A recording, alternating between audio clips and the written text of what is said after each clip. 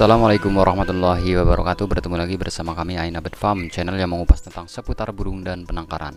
Di pertemuan kali ini Aina Bird Farm akan membahas cara merawat burung terucukan anakan atau terucukan muda supaya kelak dia besar menjadi burung yang berkualitas baik, bisa ropel panjang, bisa jinak, dan bisa mempunyai jiwa vektor yang lebih baik, teman-teman. Tapi sebelum video kita lanjutkan, ada baiknya teman-teman yang baru gabung silahkan subscribe terlebih dahulu agar kami terus bisa memberikan motivasi dan tentunya masih bisa berbagi bersama kicauannya seluruh Nusantara. Nah, untuk mencetak burung terucukan yang berkualitas baik kelak, itu dibutuhkan teknik yang pas, teman-teman. Teknik yang tepat sasaran supaya kelak dia besar nanti itu bisa sesuai keinginan kita. Dari pemasterannya, dari dia masa-masa meloloh, sampai dia menjadi burung yang berfighter, teman-teman. Ini tentunya bukan hal yang mudah, teman-teman. Ini juga harus memerlukan tingkat kesabaran yang ekstra. Dan tentunya dibutuhkan metode yang tepat supaya kelak dia besar itu tidak terjadi kegagalan, teman-teman. Nah, ini saya kebetulan ada burung terucukan yang masih berumur 1 bulan, teman-teman. Ini baru lepas loloh. Nah, kalau umur-umur segini, umur-umur 1 bulan, 2 bulan itu biasanya masih rentan sekali dengan gelabakan, teman-teman. Makanya di sini kita dituntut untuk bisa supaya burung ini kelak menjadi jinak, teman-teman. Jika kita salah rawatan, ini bisa menjadi burung ini bisa menjadi giras nantinya. Makanya ini benar-benar harus mempunyai teknik yang pas untuk bisa menjadi jinak. Biasanya teknik yang saya lakukan adalah pertama itu teknik penjinakan, teman-teman. Dan teknik yang kedua yaitu teknik pemasteran. Tujuannya supaya dia kelak menjadi bisa ropel panjang, teman-teman. Dan teknik yang ketiga membuat burung ini bisa cepat rajin bunyi, teman-teman. Tujuannya supaya dia kelak menjadi cepat gacor. Dan teknik yang keempat menjadikan burung ini tidak takut sesuatu jika dia berbunyi. Contohnya tidak takut mobil jika dia mau bunyi, tidak takut orang jika ada orang di sekitarnya. Dan teknik yang terakhir yaitu teknik kelima, itu menjadikan burung ini menjadi fighter. Nah, dari kelima teknik itu tadi kita bahas satu persatu, teman-teman. Oke, langsung saja memasuki teknik yang pertama yaitu teknik penjinakan burung yang masih muda, teman-teman.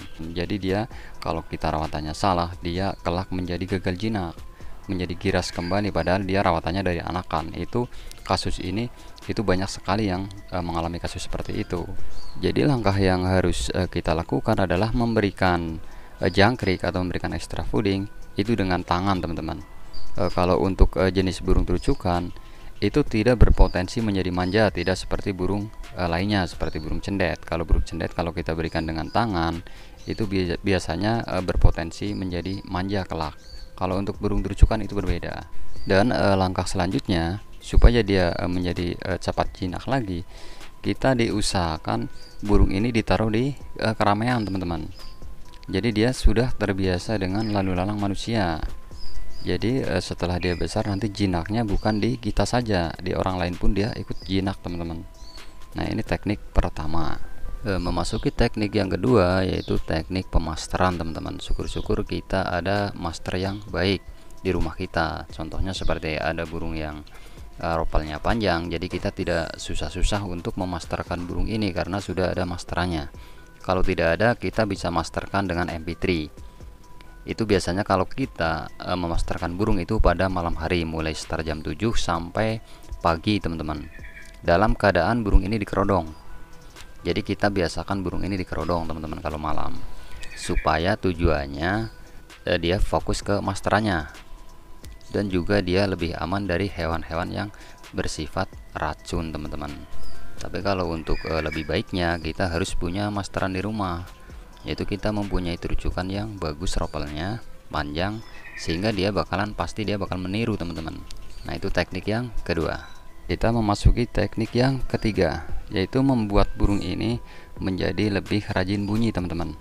Nah, ini juga ada teknik-teknik khusus supaya burung ini lebih rajin bunyi. Di saat dia rajin bunyi, pastinya dia akan cepat menjadi gacor kelak.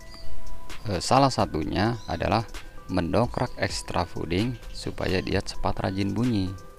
Jadi jangan kita kurangin extra fooding di saat dia masih muda. Justru kita perbanyak extra fooding. Contohnya seperti ada jenis jangkrik. Jenis jangkrik itu bisa kita berikan lebih banyak teman-teman. Kita latih dari dini supaya kelak dia bisa doyan jangkrik lebih banyak. Karena jenis ekstra puding jenis jangkrik itu salah satu ekstra puding yang bersifat aman teman-teman. Jadi kita jangan takut burung kita mengalami OB. Kalau untuk burung yang masih anakan di bawah 5 bulan, itu jarang sekali burung yang terkena OB teman-teman, walaupun dia ekstra pudingnya banyak. Karena masa-masa umur segitu itu kalau menurut pengamatan kami itu belum mengenal OB. Jadi kita tidak masalah memberikan ekstra puding yang lebih banyak teman-teman, tapi jangan terlalu over. Resikonya kalau terlalu over, dia tidak doyan furnya nantinya. Cukup kita latih jangkrik 5 ekor pagi dan 5 ekor sore. Kalau masih anakan umur segini itu masih bisa sekali teman-teman, bahkan 15 pun dia masih bisa. Tapi kita latih tetap di angka 55 saja teman-teman, supaya dia tetap masih aman dan terlatih dari dini mengkonsumsi jangkrik 55 teman-teman. Dan kalau untuk jenis ulet Hongkongnya itu kita bisa berikan jangan terlalu banyak, yaitu paling maksimal itu 33 teman-teman, 3 pagi 3 sore. Nah kalau umur segini, masih muda sekali nih ya, umur 1 bulan sampai 2 bulan, itu kita tidak menggunakan buah teman-teman, karena tujuan kita adalah mendongkrak protein dari hewani teman-teman, yaitu protein hewani. Kalau untuk semua buah, kemungkinan kalau burung terucukan itu tidak dilatih pun dia bakalan doyan teman-teman. Jadi kita tidak usah melatih supaya burung ini doyan buah, karena dia memang di habitatnya, di alamnya dia memang pemakan serangga dan pemakan buah. Jadi otomatis walaupun kita tidak dilatih dari anakan, dia besarnya bakal doyan buah. Nah pertanyaannya, kenapa kita tidak mengasih buah dalam masa-masa muda ini? Karena tujuan kita adalah melatih burung ini supaya dia menjadi doyan jangkrik lebih banyak nantinya. Kalau kita berikan buah, pastinya dia bakal mengabaikan daripada ekstra puding jenis jangkrik ini. Jadi kita mengurangi buahnya, kita tidak kasih buah, cukup fur saja dan ekstra puding jenis jangkrik juga ulet Hongkong 33 paling maksimal teman-teman. Seandainya kata kita kasih jangkrik 5 pagi, pastinya siangnya dia bakal memakan furnya, sehingga antara ekstra puding, fur dan buahnya kelak dia akan menjadi doyan semua teman-teman. Nah ini tujuannya. Oke teman-teman, di teknik yang keempat adalah membuat burung ini tidak takut sesuatu jika mau berbunyi.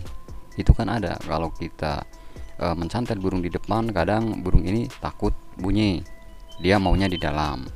Terkadang juga sebaliknya, apalagi kalau kita taruh di tempat yang ramai, biasanya dia tidak mau berbunyi karena dia takut sesuatu itu, takut keramaian, takut mobil, takut orang dan sebagainya. Nah kita berusaha untuk supaya burung ini kelak tidak takut sesuatu apapun jika dia mau berbunyi.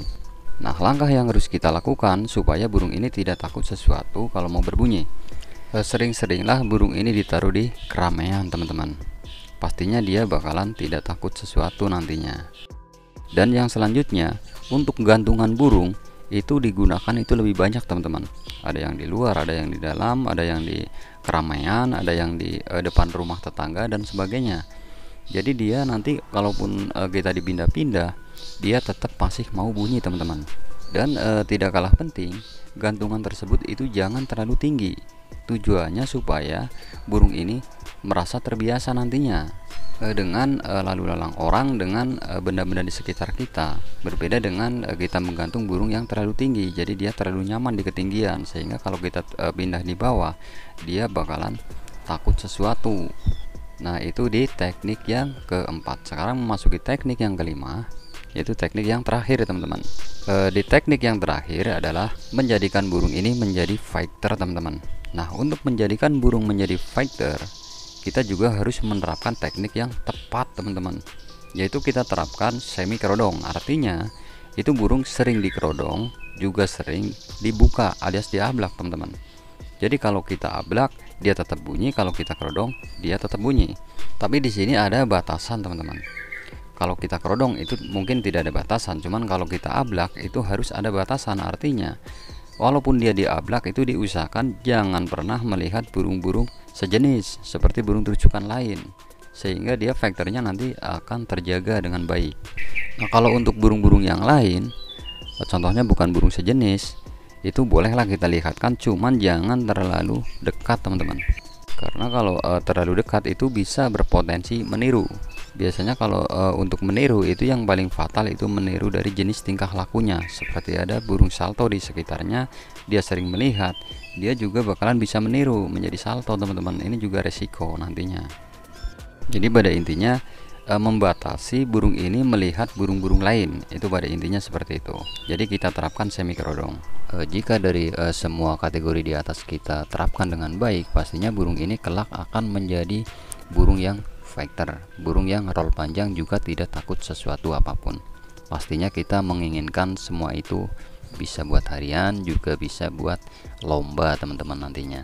Nah, mungkin itu yang bisa kami sampaikan. Semoga bermanfaat buat kicau mania seluruh Nusantara. Salam lestari. Wassalamualaikum warahmatullahi wabarakatuh.